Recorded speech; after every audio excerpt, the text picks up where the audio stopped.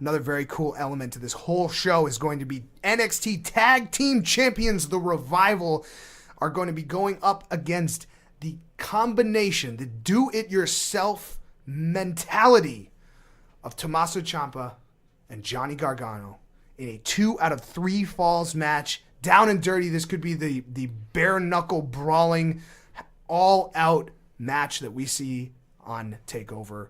Do you think we see blood? Are we going to get that hardcore about it? Like, what is the Revival going to do to really put a hurt on Tommaso and Gargano? Hey, they're the top guys. They're going to do whatever it takes. They have done everything it has taken to take down Johnny Gargano and Tommaso Ciampa. They beat them down in Brooklyn, and DIY got right back up. They refused to give up. They are still chasing those tag team titles. They've been in NXT for almost a year now and have yet to hold those titles. But Saturday, they have their prime opportunity to take home the twin titles for the first time ever. And what should be an exhilarating match. It is 2 out of 3 falls. And you look at the amount of, what has history taught us with 2 out of 3 falls matches in NXT? The Revival won one a couple months ago against American Alpha on NXT. They have history in that environment. Sami Zayn and Cesaro. They know the endurance exactly that is needed. And are we seeing here old school wrestling versus new school mentality?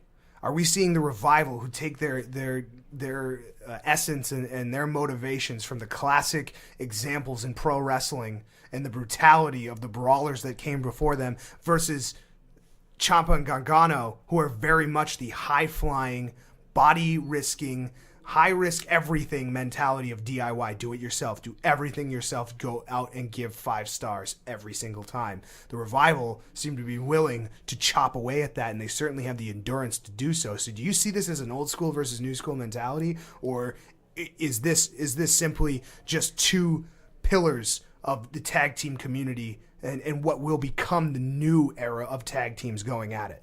A little bit of both. I would say more so the former, just because I love that you brought that up. The fact that DIY, the high-flying mentality, the daredevil mentality of those guys.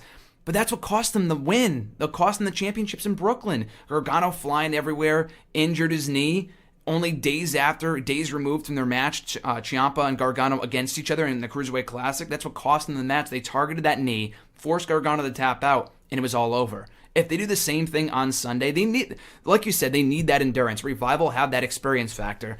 Gargano and Ciampa have great endurance. We've seen that before. That we've seen them have 20-minute matches in NXT in the Cruiserweight Classic. But they need to maintain their momentum and their composure here.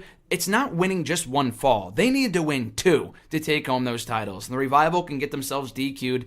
It doesn't matter because they can hold on to the championships regardless. So DIY has a lot to prove. And if they can't win here after losing in Brooklyn and in Toronto, the real question is, where do they go from there?